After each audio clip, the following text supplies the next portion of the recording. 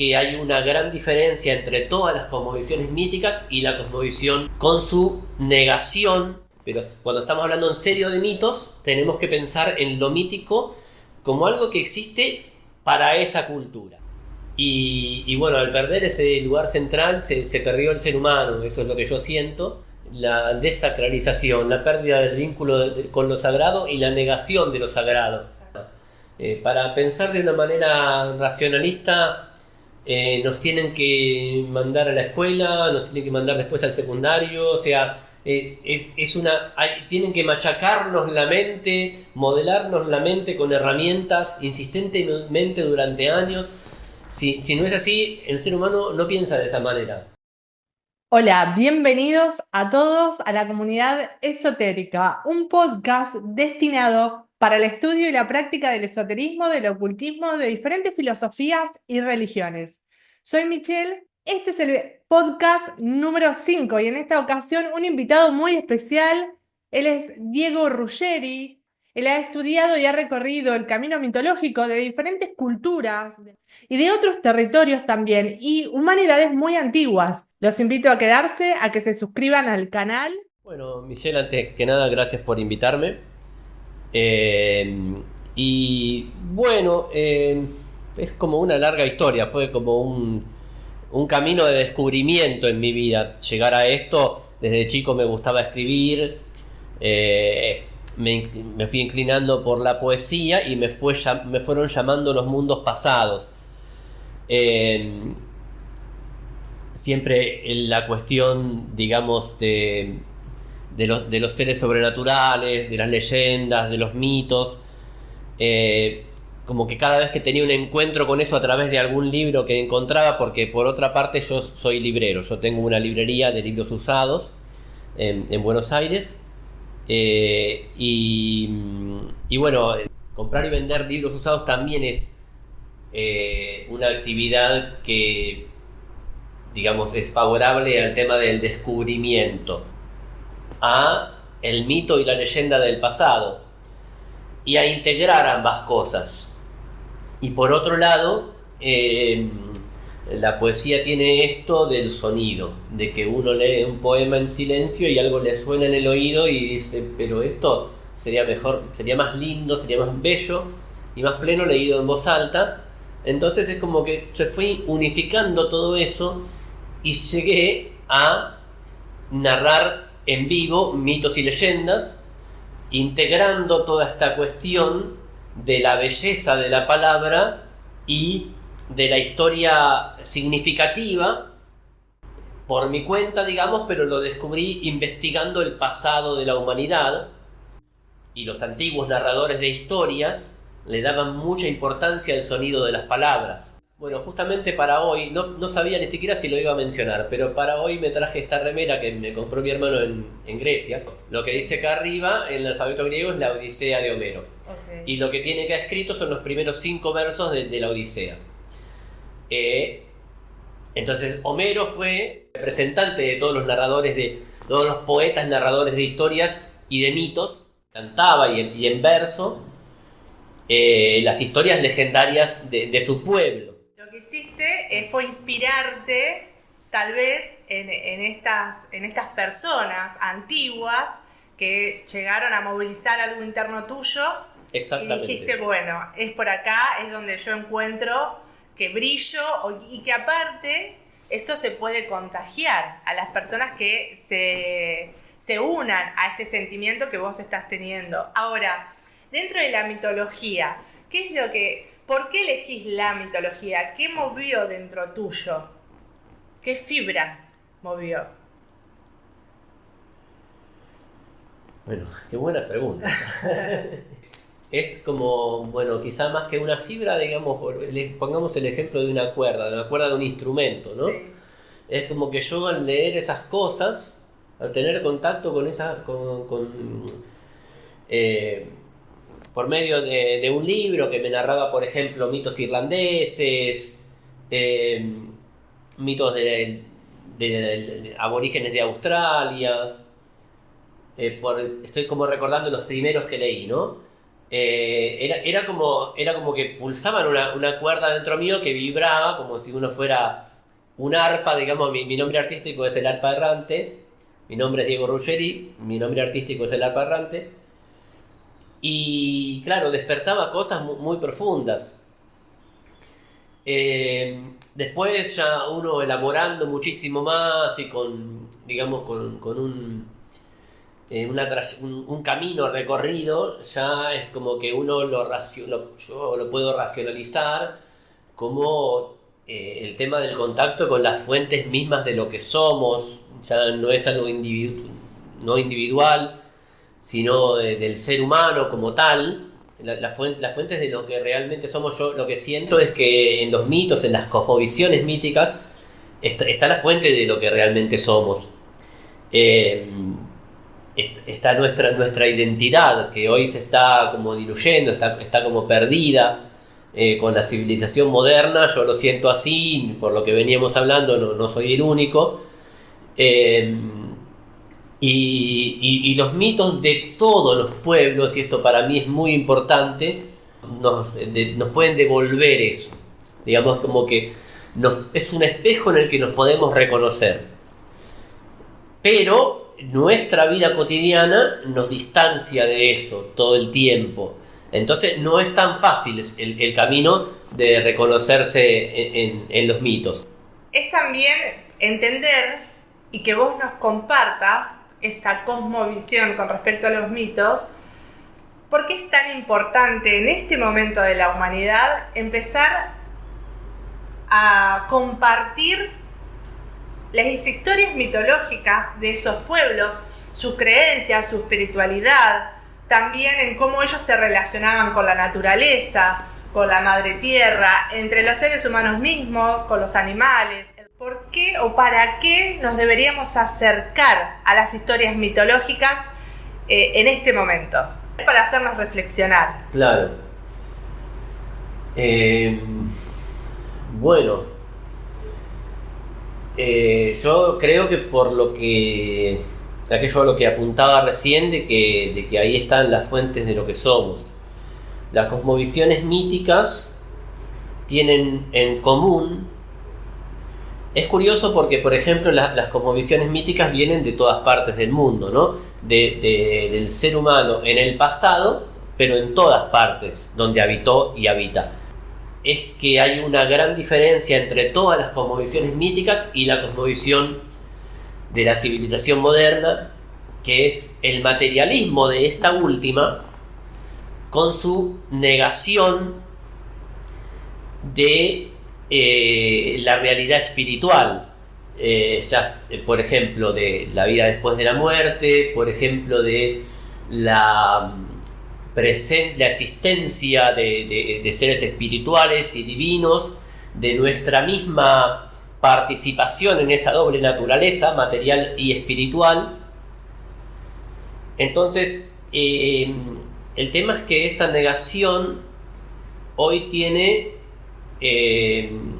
un carácter hegemónico. O sea, el tema es el lugar central y hegemónico que ocupa el saber materialista. En una tribu siberiana está el chamán, ¿no? Porque chamán es una palabra, chamán en realidad es una palabra justamente de origen tungús, de la lengua tungús, que es una lengua siberiana. ¿Y qué viene a ser? El chamán es como la persona con entidad jerárquica espiritual más elevada, el chamán. Exacto, el chamán digamos, en las culturas en las que existe tiene una cierta autoridad que se la da el hecho de, digamos, primero haber sido elegido por los espíritus, es el oír a los espíritus, o sea, el llamado de los espíritus, y ahí el chamán tiene que decidir sigue el llamado de los espíritus o no. Okay. Esto, hay un libro que se llama El chamanismo, de Mircea Eliade, un autor rumano. Es el mejor libro sobre el tema. Sí. En castellano lo publicó Fondo de Cultura Económica, el original está en francés, aunque él fuera rumano. Entonces, el camino del chamán empieza con su vocación, que es que los espíritus lo llaman y le dicen, bueno, vos tenés que ser chamán. Como su misión de vida. Claro, aunque no quiera, va a tener que serlo. Si no lo es, ese es el camino hacia la locura. Claro. Desoír el llamado de los espíritus, resistirse, es el camino hacia la locura. Eso es como comienza la vocación chamánica. Después viene la iniciación chamánica también a través de los espíritus.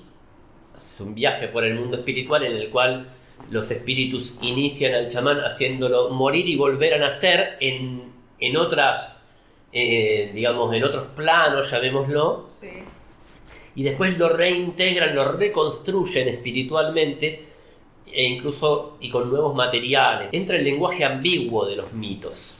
No está todo tan separado como... Porque hoy en día, ¿qué pasa? La gente, los que nos interesamos en esto, es como que necesitamos mucho racionalizarlo.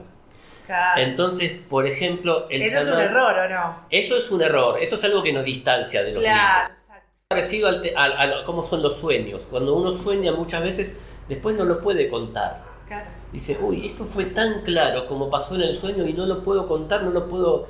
Poner en palabras. Claro, en palabras, pero si lo cuento, no lo estoy contando como realmente fue. Porque no hay palabras para contarlo, porque no entra en la razón. Exacto. Y un poco el mito tiene eso también.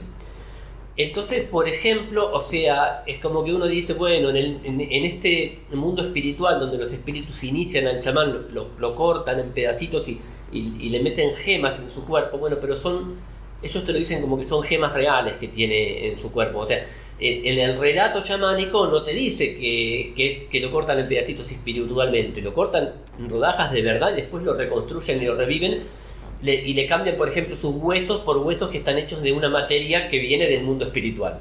El chamán es como una especie de autoridad espiritual porque tiene la capacidad adquirida a partir de su iniciación por medio de los espíritus, que pueden ser espíritus de muertos, pueden ser espíritus de los espíritus que andan dando vueltas por todos lados según las cosmovisiones míticas, la capacidad de salir fuera de su cuerpo, lo que llamamos viaje astral, ¿no? Que el chamán la usa muchas veces para curar a los enfermos y también para curar como una enfermedad colectiva que puede haber en el pueblo cuando, por ejemplo, hay sequía, si son agricultores, entonces ese tipo de escasez se interpreta como una enfermedad espiritual de todo el pueblo. Ah, qué interesante. Como un egregor sería, como un espíritu que acecha la comunidad, una energía en donde el chamán necesita intervenir.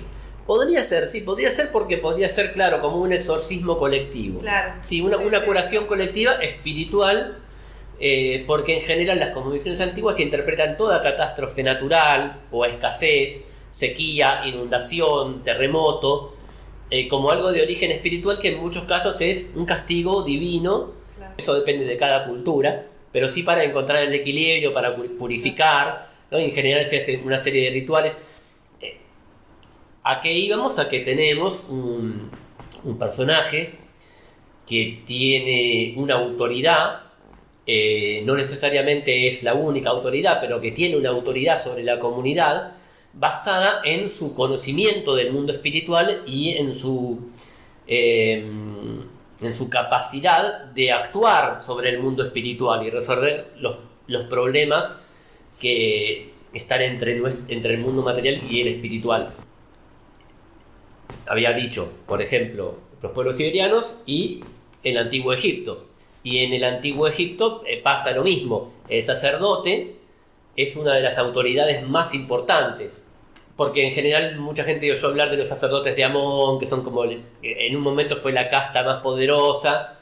Pero esto se aplica a los sacerdotes de cada ciudad, de cada dios que era el más importante en su ciudad. Como está en Memphis, en el caso de Amón sería en Tebas, Ra, en Heliópolis. Cada cultura, los dioses van cambiando de nombres, ¿no? Sí, a veces sí. Pero la energía que los representa es como muy semejante. Por ejemplo, en la cultura griega, Zeus, que es como el dios más poderoso.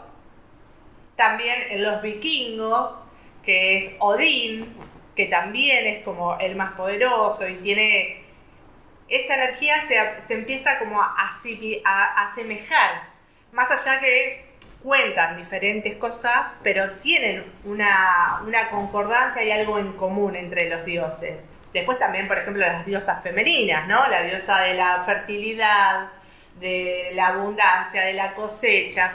Cada pueblo tiene sus diosas de diferentes nombres, pero que la energía va abocada a esa parte para contribuir a esa población o al crecimiento espiritual, al crecimiento de la agricultura. Es a lo largo de la historia que las energías son similares, pero que los nombres van cambiando de los dioses y diosas. Sí, en parte sí, en buena parte sí. O sea, cuando vos desarrollabas esto, lo primero que pensé fue en el hecho de que los viajeros griegos, como Herodoto, y los romanos, bueno, como Tácito, como Julio César, en los países que visitaban,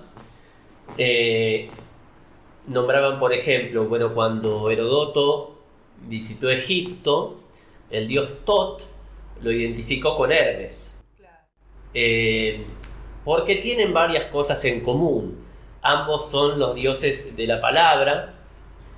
El mismo Odín en parte equivale a Tot, a Hermes y a Mercurio, porque es el dios de la palabra, y en parte a Zeus, porque es el dios de la tormenta, en parte algo tiene de guerrero, o sea, Odín como que en particular es muy complejo porque tiene muchas atribuciones, también es una especie de dios del amor, es un seductor, bueno, eso tiene que ver con Zeus, pero sí, los viajeros de la antigüedad clásica, que es como que ya están dando un paso hacia el racionalismo, cuando recorren países, identifican los dioses que encuentran con los de su país, ¿no? Cada cultura, ¿no? Cada región tiene sus cosmovisiones, tiene sus divinidades, y digamos que hay cosas en común en la naturaleza, entre todos los pueblos, entonces siempre está la tormenta, siempre está el cielo, siempre está la tierra,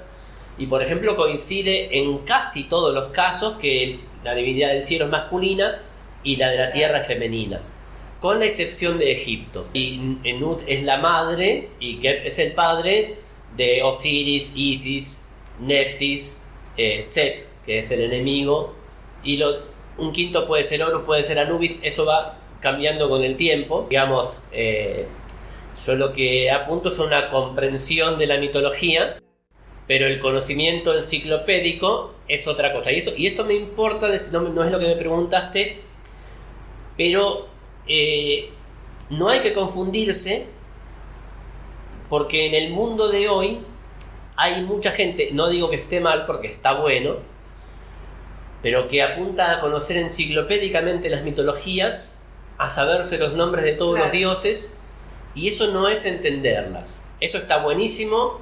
Ojalá de todo lo que he leído mitologías de todo el mundo me acordara los nombres de todos los dioses y a qué corresponde cada uno, pero no está ahí la comprensión. Incluso si uno no profundiza, lleva a una confusión. Vamos a empezar a abarcar la mitología para aquellas personas que están mirando y escuchando este podcast y de pronto quieren empezar a empaparse más de este tema, pero no saben cómo o no saben por dónde. Y como vos mismos mencionaste, la mitología en cada cultura y en cada humanidad antigua fue variando, ¿sí? Entonces es muy amplia y puede prestarse a la confusión. Es infinita. La mitología de todo el mundo es algo que nadie puede conocer, excede el tiempo de una vida humana, y además estamos hablando solamente de lo que se conoce, de lo que se ha documentado o de lo que, bueno, todavía está viva en algunos pueblos. Entonces uno puede, si viaja al Amazonas, busca una tribu entonces la mitología que está viva sigue cambiando. Ahora, ¿cómo interiorizarse? Bueno, por ejemplo, más que recomendar libros introductorios, yo creo que algo muy lindo es interiorizarse en la antropología en el sentido de leer un libro escrito por un antropólogo, de hecho por un etnógrafo. La etnografía es una rama de la antropología que es la investigación de campo sobre una población, sobre una cultura, un pueblo, en la que describe toda su vida, digamos, todas las características de su vida, o sea, la estructura política, que puede ser muy simple, pero la hay. Cosmovisión es la concepción de todo en la vida. Malinowski, un antropólogo, uno de los antropólogos más importantes, quería ver cómo construían una canoa. Había que buscar un árbol. ¿Por qué quedaban pocos árboles? Porque es una sociedad agricultora. Y esto, bueno, es una realidad que en general la agricultura en ningún lugar del mundo se pudo hacer sin una cuota de deforestación. Pero cuando van a cortar el árbol, tienen que hablar con el espíritu que habita dentro del árbol. Si no, no se puede hacer. Para que el espíritu salga del árbol. En la cosmovisión mítica, la gente está inmersa en un mundo en el cual no solamente los espíritus existen, sino que interactuamos con ellos. Hay que tener cuidado. Por eso se hacen tantas ofrendas. Por eso hay lugares donde no se puede entrar porque le pertenecen a ese espíritu.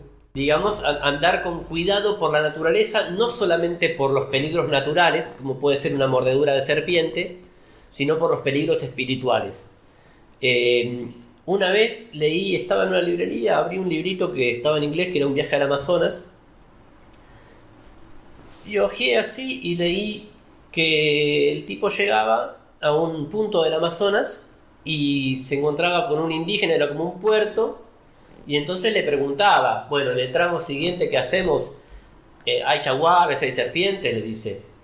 Y el indígena le dice, sí, hay jaguares y hay serpientes, pero ese no es el peligro principal. El peligro principal son los espíritus. Y entonces el narrador cuenta que por mucha diferencia que haya entre las culturas en cuanto a los gestos, en cuanto a la manera de comunicarse, se ve que la cara de asombro o de incredulidad debe ser universal, porque el indígena enseguida entendió que él miraba, o sea, con cara de incredulidad, y le dijo, sí, claro, los blancos no creen en los espíritus porque no los ven. Y bueno, fue algo que me impresionó muchísimo. Es gracioso porque no compré el libro y cuando lo volví a buscar ya no estaba. Y me quedó como el libro fantasma que... Pero bueno, esta anécdota me parece fundamental para entender lo integrado que está la cosmovisión mítica, la presencia de los seres sobrenaturales, que están en todas partes. Hay lugares a donde uno no conviene ir o no conviene ir en ciertos momentos porque está tal o cual espíritu. Por ejemplo, en la Amazonia peruana existe uno que es el toto, que es súper dañino. Y el toto tiene los pies al revés, por ejemplo. Dicen que el pombero también tiene los pies al revés. Dicen que el curupí también tiene los pies al revés.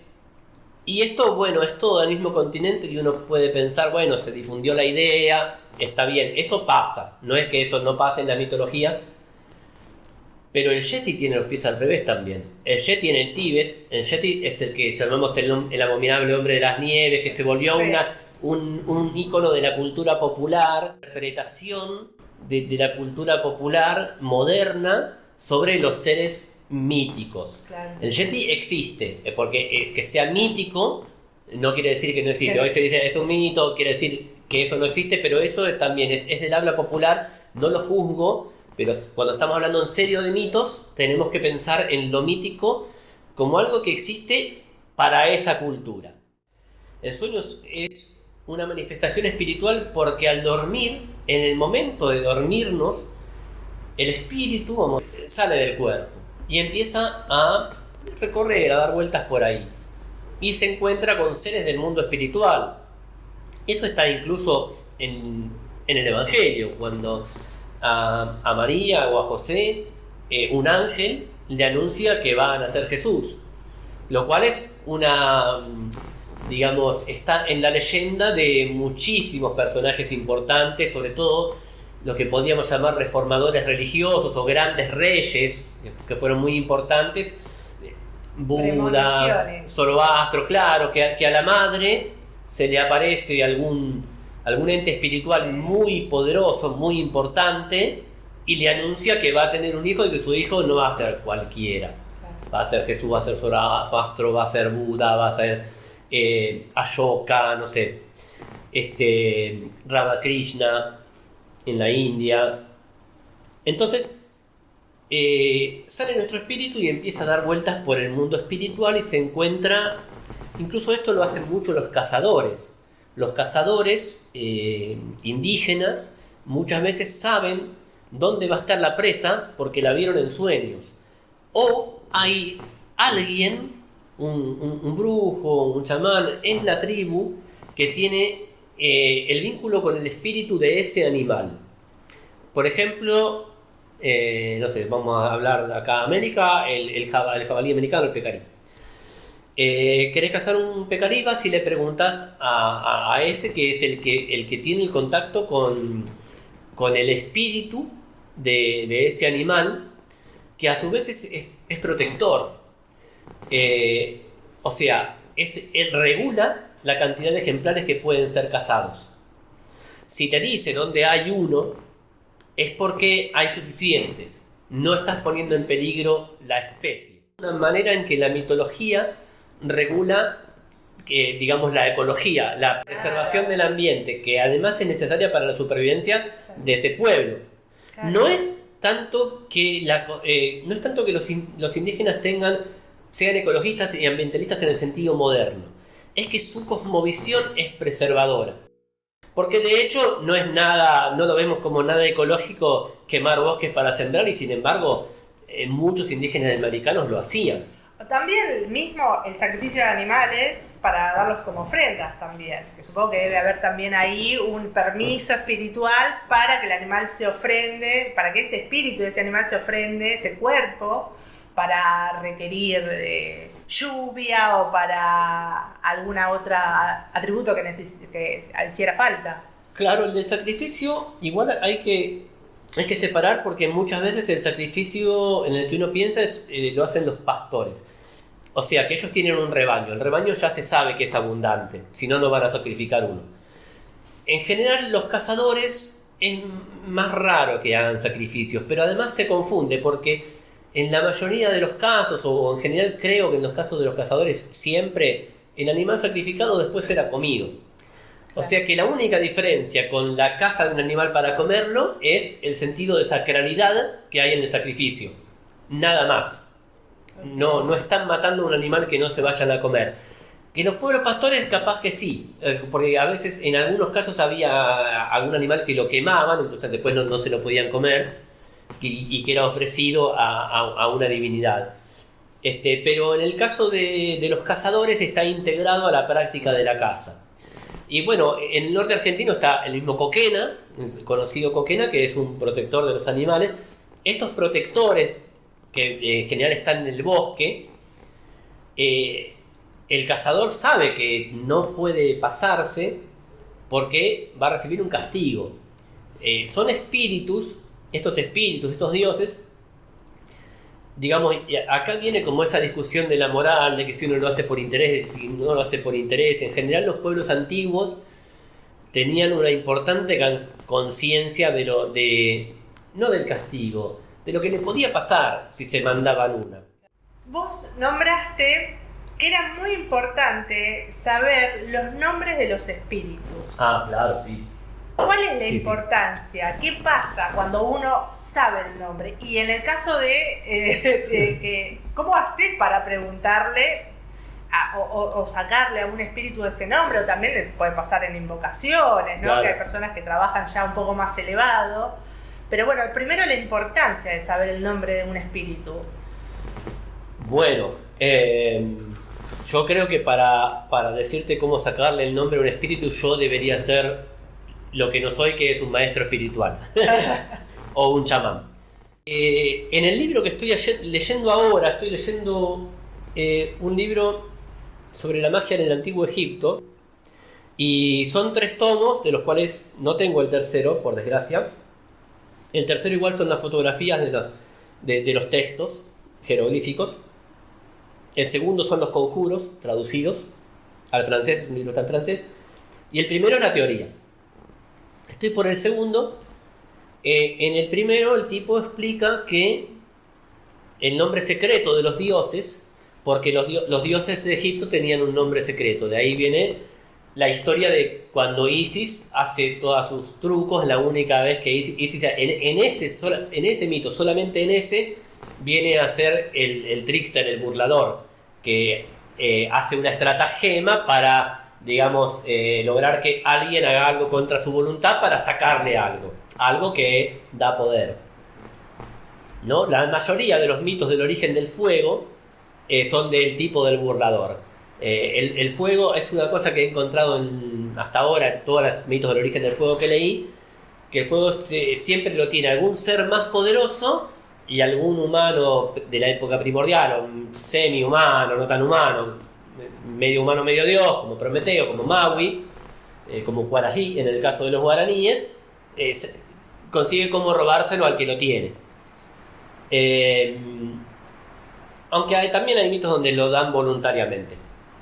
Pero volvamos. Entonces Isis solo en este mito hace como un papel, que yo sepa, hace como un papel de burlador y le hace un truco a Ra para sacarle su nombre secreto. El nombre secreto de Ra es en la mitología de Heliópolis, de una ciudad en particular, On para los egipcios, Heliópolis le llamaron los griegos porque es la ciudad del sol, que durante una parte de la historia del Antiguo Egipto fue el asiento de los faraones.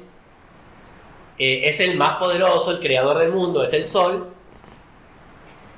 Entonces su nombre verdadero, su nombre secreto, que él no revela a nadie, es la palabra más poderosa del cosmos. Isis es la hechicera que lo sabe todo y le falta saber solamente eso. Entonces ella crea una serpiente, pero la crea con la saliva de Ra. A Ra está viejo, le tiemblan los labios, se le cae una gota de saliva en el desierto. Isis con esa saliva y la arena del desierto hace una serpiente. La serpiente lo muerde a Ra y Ra no conoce el nombre de la serpiente, entonces no puede curarse el veneno. La cuestión, para resumir, al final termina en que Isis le dice que la única manera que tiene de curarlo va a ser que le diga su nombre secreto para que ella pronuncie el conjuro, porque el conjuro es veneno de serpiente muere, que fulano viva, y tiene que ser el nombre verdadero. No puede ser ni Ra ni ninguno de los otros infinitos nombres de Ra.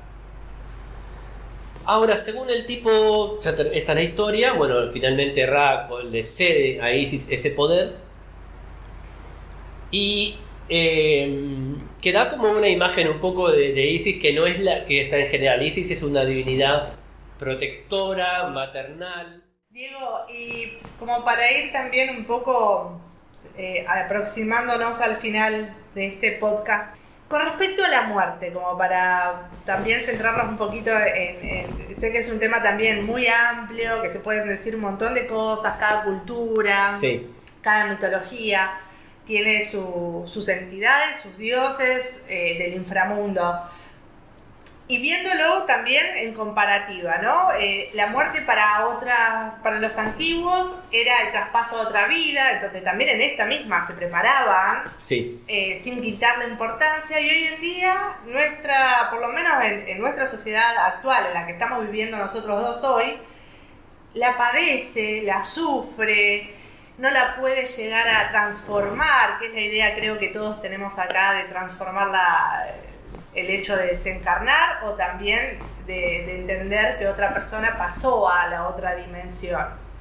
Que nos comentes un poco alguna cosmovisión que nos dé también un poco más de entendimiento y de paz interna a la hora de entender esa trascendencia, de no sufrirla, sino tratar de poder acompañar y también saber que vamos a pasar por eso nosotros también en algún momento de esta vida. Sí, totalmente. En las cosmovisiones míticas es otra de los rasgos universales, es la creencia en una supervivencia a la muerte de la parte espiritual, de la parte no material nuestra, de los seres vivos en general. Justo me pasó por la mente que no me acuerdo en qué islas, no sé si de Melanesia, hay un paraíso de los cocos. Los cocos, cuando un coco, no sé, digamos, se cae a tierra o te lo comes, el espíritu del coco va hacia un paraíso que es el paraíso de los cocos, donde ellos viven. O sea, son cosmovisiones que, digamos, para las cuales todo está vivo y todo tiene su contraparte espiritual.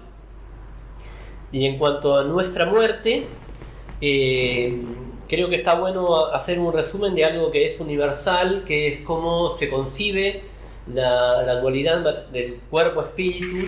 El espíritu está dentro del cuerpo cuando nosotros estamos vivos, excepto en ciertos momentos. O sea, se separa, el espíritu se separa todas las noches temporalmente al dormir y vuelve cuando despertamos. Se separa de alguna manera medio extraña, medio provisoria durante la enfermedad. Por eso muchas veces el chamán, para curar a un enfermo, va a buscar su alma. Él sale de su cuerpo y va a buscar su alma, que está como en algún limbo, en algún lado. Y durante la locura es otro extravío del alma. Y definitivamente en el momento de la muerte. Ahí es cuando ya no vuelve a su cuerpo, el alma no vuelve a su cuerpo, el alma al espíritu, pero a partir de entonces tiene otra vida, vive en otro lugar, y bueno, ahí ya es donde difieren las cosmovisiones en dónde está ese lugar, en qué características tienen. En general, las que son más, digamos, las que no son cosmovisiones de ciudades, conciben al país de los muertos, y algunas de las que son de ciudades también conciben al país de los muertos como debajo de la tierra. La muerte en estas cosmovisiones no siempre solía pasar, bueno, digamos que solía pasar en Europa en tiempos modernos también, que el muerto pareciera muerto y no estuviera y despertara después de un par de días. Claro, la famosa, que hubo gente enterrados vivos y todo. Pero en la cosmovisión mítica eso quiere decir que el muerto no llegó, o sea, el espíritu no llegó al país de los muertos, o cuando entró lo rechazaron. Okay. Y entonces vuelve, ¿no? Esto también puede hablar de las experiencias cercanas a la muerte. Sí, lo mismo pensé, sí, tal cual. Que cuenta gente que sus familiares le dicen, no, todavía no es el momento. Exacto. Algo parecido, culturalmente equivalente, digamos, pero que pasa. Por ejemplo, hay una historia así de Nueva Zelanda, la que venía pensando, que muere alguien, su wairua, que es el espíritu, emprende el viaje hacia Rarohenga. En realidad es un mito gracioso, es un mito del origen de los tatuajes. Va a ser, y le habían dicho, él sabía que no tiene que aceptar comida del país de los muertos, porque si come ya no vuelve. Entonces cuando una mujer, un espíritu, una especie de divinidad femenina lo recibe y le ofrece comida, él no acepta. Después ahí aprende a hacerse tatuajes que no existían. Después los polinesios, bueno, es famoso. De hecho, creo que culturalmente se expande desde Polinesia el tatuaje, que ahora está de moda en Occidente. Era una cosa cultural. Se tatuaban todos, tienen toda la cara tatuada, pero eran tatuajes con un significado cultural específico. Los primeros tatuajes se lo hacen en el país de los muertos a este personaje, y cuando él vuelve, ese es el origen del tatuaje en Polinesia. Y vuelve del país de los muertos, ¿por qué? Porque no comió comida. Lo cual entronca, porque con estas cosmovisiones está todo relacionado con que si vos soñás con un familiar muerto, si te ofrece comida, no tenés que comer. Cuando soñás es porque tu espíritu salió de tu cuerpo. Si un familiar muerto te da comida y vos comés, tu espíritu no vuelve, o sea, morís, te quedás en el país de los muertos. Como hay la idea de que... Disculpa, esto que vos decís de la comida, justamente hace 2 días atrás viendo una serie en donde Hades le tiene un banquete y Perséfone, que claro, es la diosa que está un tiempo en el inframundo y otro tiempo acá en el mundo, estaba por comer una manzana y él le dice no la comas, claro, porque si no te vas a quedar como para siempre y no va a haber más primavera si vos te claro, quedás en el inframundo. exactamente, es ese mismo principio. Sí. Ahora vos fijate que eso también está en la mitología polinesia. Claro. Es universal, es universal. Y bueno, yo, por ejemplo, tuve una experiencia relacionada con esto, en el sentido de que 2 amigos míos se murieron, uno a los 28, otro a los 29 años, que los dos eran violinistas y muchas veces me acompañaron a mí. Yo contaba una historia, ellos tocaban el violín cada uno por su lado. Uno era de la drogué, pero vivía en La Plata en el momento que murió. Él murió de cáncer y el otro murió en un accidente en la ruta, era de Rosario. La cosa es que una vez yo sueño con ellos dos. Obviamente yo estaba en el país de los muertos, estaba en una mesa, en una de esas mesas tipo un asado, pero enorme, la mesa estaba toda llena de gente. Y estaban ellos, primero estaba uno, después apareció el otro. Y bueno, ya que estamos todos, vamos a contar una historia, ustedes tocan el violín y yo cuento la historia. Y de pronto yo me empecé a preguntar, o sea, yo acá evidentemente estoy en el país de los muertos. ¿Estoy muerto? Me pregunté si estaba muerto, pero me lo pregunté en voz alta. Y uno de los muertos dijo, no, estás vivo porque si estuvieras muerto tendrías los labios descoloridos. Y otro, como si fuera un debate, dice, no, pero mira que igual tardan unas horas los labios en perder el color. Creo que después de eso desperté, estos despertares que es como si estuvieras sumergido en el agua y salís a la superficie. Porque además yo realmente tenía la duda, no sabía si te había muerto o no. Y pensé, bueno, está todo bien si me morí, pero la verdad que tenía ganas de todavía hacer cosas allá. Y ahí fue que salgo. Y pensé un montón de cosas obviamente, ¿no? Cuando me desperté, pero una de las cosas que pensé fue que no me ofrecieron comida, porque era una mesa larga y había platos. Y pensé que no me ofrecieron comida y pensé que buena onda, porque era un ambiente muy buena onda. Dije, buena onda los muertos que no me quisieron claro, enchufar comida para que que me quedara ahí con ellos. Qué locura esto de soñar con la muerte, porque a mí me ha pasado muchas veces también estar en el otro mundo y saber que estaba en el otro mundo, saber que estaba ahí, y fueron experiencias, la verdad, que muy diferentes, cada una diferente. Pero me ha enriquecido la mirada de la muerte, de qué es la muerte, a dónde vamos, qué sucede, porque realmente es otro mundo diferente a porque no hay una coherencia tal vez tan así como acá. Pueden pasar cosas muy locas, pero que a la vez son sumamente profundos, que cuando uno rompe con ese miedo es cuando también se abre una experiencia de un entendimiento mayor a los otros planos de existencia diferentes, ya sea por haber soñado con familiares, hasta de haber experimentado en alguna vida pasada cómo fue mi desencarnación o del cuerpo en el que estaba habitando.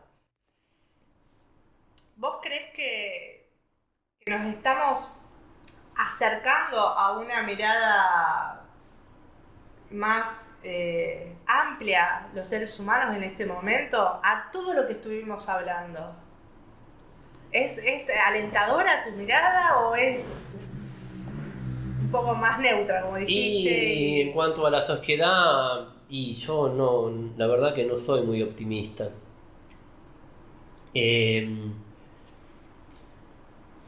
O sea, en parte, o sea, por eso voy hacia los mitos. Bueno, yo en realidad voy hacia los mitos porque me llaman, los mitos, yo soy poeta y los mitos son la primera forma de poesía. La lógica de los mitos es la de la poesía, la lógica de los mitos es la del arte, ¿no? Es un pensamiento de tipo asociativo, no es un pensamiento de tipo racional. En la ciencia, la verdad que la imaginación también juega un papel. Ningún descubrimiento científico se hace a puro deducción, que no, porque la lógica dice que la imaginación del científico, los que hicieron los grandes descubrimientos, las grandes ideas, eran personas con una gran imaginación y por eso tuvieron esa idea. De hecho, incluso algunas, digamos, estaba el famoso matemático hindú Ramanujan, que una diosa le revelaba en sueños sus teoremas, y él, cuando lo vieron otros matemáticos, ¿dónde está la demostración paso por paso? Y no la tenía, porque él no había hecho la demostración. Él directamente del paso 1 al paso final, como se los había revelado la diosa. También, qué sé yo, el principio de incertidumbre de Heisenberg, que es algo en física súper importante, y a él se le ocurrió durante una enfermedad, una semana que estuvo enfermo, estaba buscando eso, ¿no? Y ahí fue como una especie de inspiración, porque la enfermedad también muchas veces es el primer paso hacia la vocación chamánica. Pero volviendo, no, yo siento que, claro, que la sociedad está completamente tomada, porque el tema es que el pensamiento racionalista es hegemónico en el mundo de hoy. Y el pensamiento mítico es marginal, quedó en el folclore, pero tenía el lugar central en las culturas antiguas. Y bueno, al perder ese lugar central se perdió el ser humano, eso es lo que yo siento. Y además esto crece, ¿no? Y bueno, con esta cuestión de la tecnología, de la inteligencia artificial, yo lo de la inteligencia artificial lo asocio con el mito de los dioses irlandeses. Los dioses fueron desalojados de Irlanda, los Tuatha De Danann, que daban el nombre al evento de donde nos conocemos, fueron desalojados por una invasión de seres humanos, de seres que eran seres humanos míticos mucho más poderosos que nosotros. Llega el Druida Amergin, tira una invocación poética poderosísima, pero eran inferiores a los dioses en el sentido de que eran mucho menos poderosos espiritualmente, y sin embargo ellos le ganan la batalla y reemplazan a los dioses. Los dioses quedan confinados a los lugares de culto y los seres humanos se apoderan de la isla. Y yo veo a la inteligencia artificial como algo así, es una creación nuestra que es muy inferior a nosotros, porque ya no tiene su parte espiritual y sin embargo nos va robando los lugares. Espero que no sea así. O sea, de todos modos, los mitos te dan sabemos, la fe en que siempre lo espiritual es invencible. La esencia del cosmos es espiritual y es invencible. O sea, en general los mitos hablan como de una decadencia, en el sentido de que en el origen, por ejemplo, no existía la muerte. Todas las cosmovisiones tienen un mito del origen de la muerte, que en el Génesis es el de Adán y Eva, pero es universal. Es universal en la cosmovisión mítica que el ser humano era inmortal en un principio. Somos originalmente inmortales. Y la cosmovisión mítica es como que siempre cree en un retorno de lo espiritual después del fin del mundo. O sea, el mundo va a terminar por una serie de catástrofes, en las cuales además es como que todo empieza a ser al revés, a volver a una especie del caos antes de la creación. Y a veces esta civilización moderna da la imagen, da esa sensación, sí. Da esa sensación. Con la pérdida de valores, con todo patas para arriba. El tema de la destrucción de la naturaleza, o sea, porque digamos la manera incluso la esencia del origen, del espíritu. El vínculo con el origen, claro, o sea, ese es como el signo de la civilización de hoy, la desacralización, la pérdida del vínculo con lo sagrado y la negación de lo sagrado, en el lugar del saber hegemónico. El saber hegemónico hoy niega la realidad de lo sagrado. Entonces, y el mito es todo lo contrario. Creo que, no sé si para terminar, lo que yo quiero mencionar es algo que yo siento cuando estoy en ciertos lugares.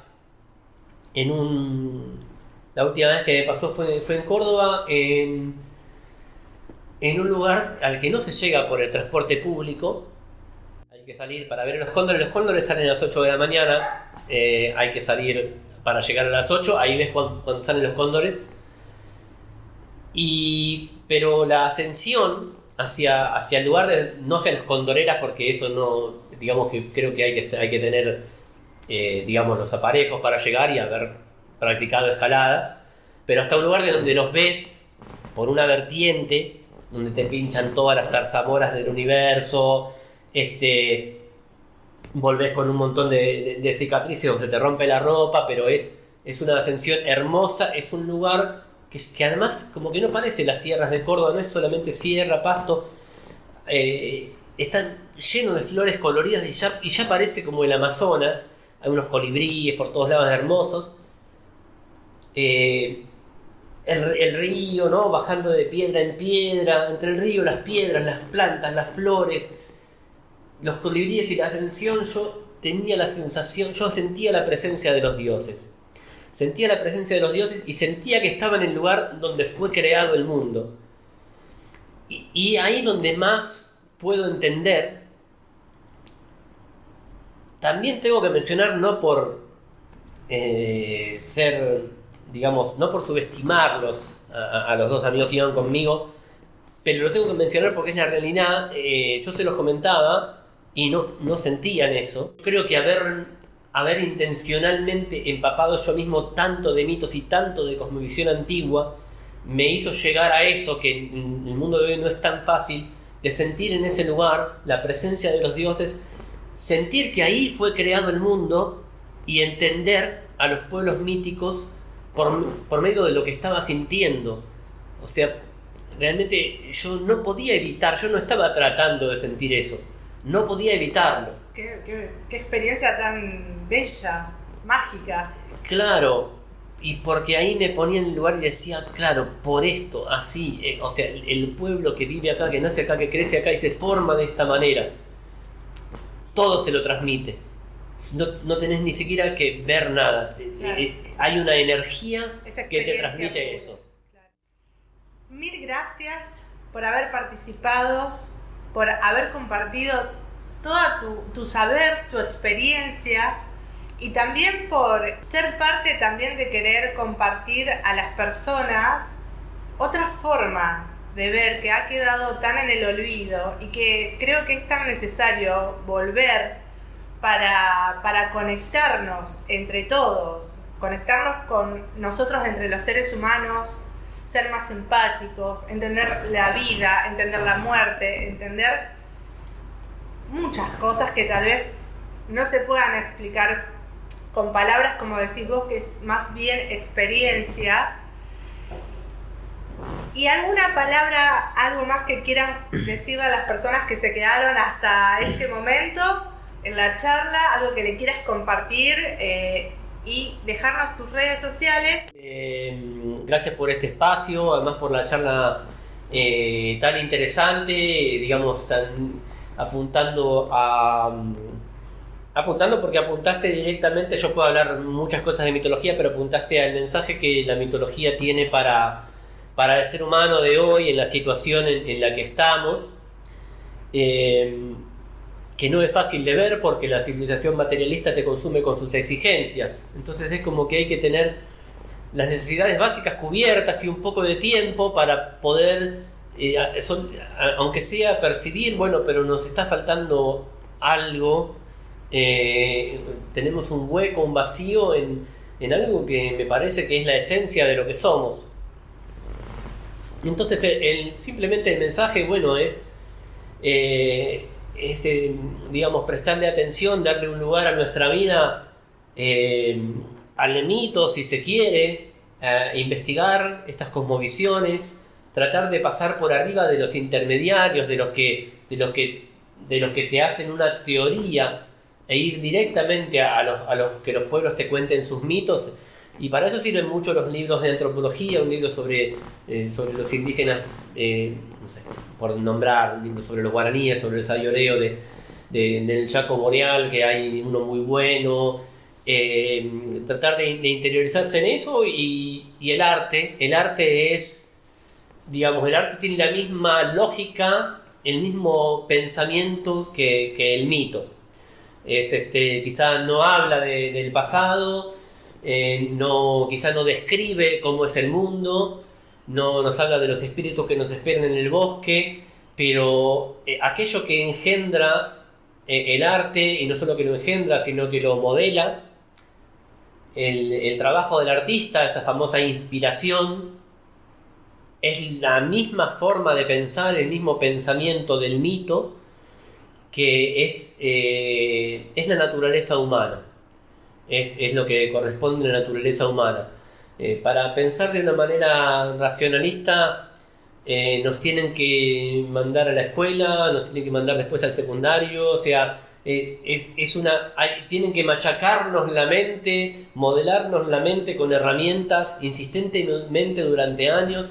Si no es así, el ser humano no piensa de esa manera, piensa como los pueblos antiguos, piensa como el mito. Por eso el mito sobrevive, capaz incluso en lugares marginales, es donde más sobreviven las creencias, y que se saben que no son creencias, que son realidades.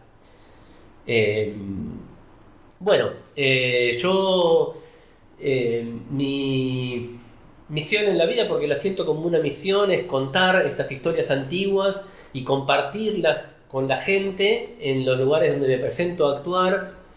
Puede ser que lo logre y puede ser que no, pero mi fin es que la gente que oye sienta que lo que cuento está ocurriendo en el presente, entre nosotros.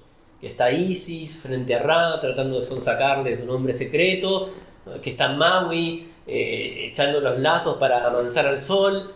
Lo que sea que cuente la historia, el mito es presente, y eso es lo que trato de generar en el presente, la gente, el público que comparte, que viaja con las palabras, que eso suceda, que sea realidad y que vuelva con eso a su casa, con eso dentro del alma. Y bueno, mi Instagram, si alguien quiere seguirme, si quiere enterarse de cuándo actúo, de cuándo cuento historias, es El Arpa Errante, así todo junto.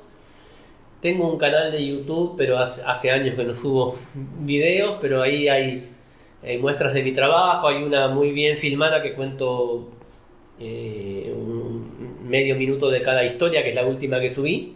El canal también se llama El Arpa Errante. Gracias por acompañarnos.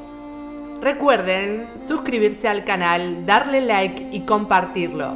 Nos pueden encontrar en la plataforma de Spotify como Comunidad Esotérica y en YouTube como @comunidad_esotérica. Hasta la próxima.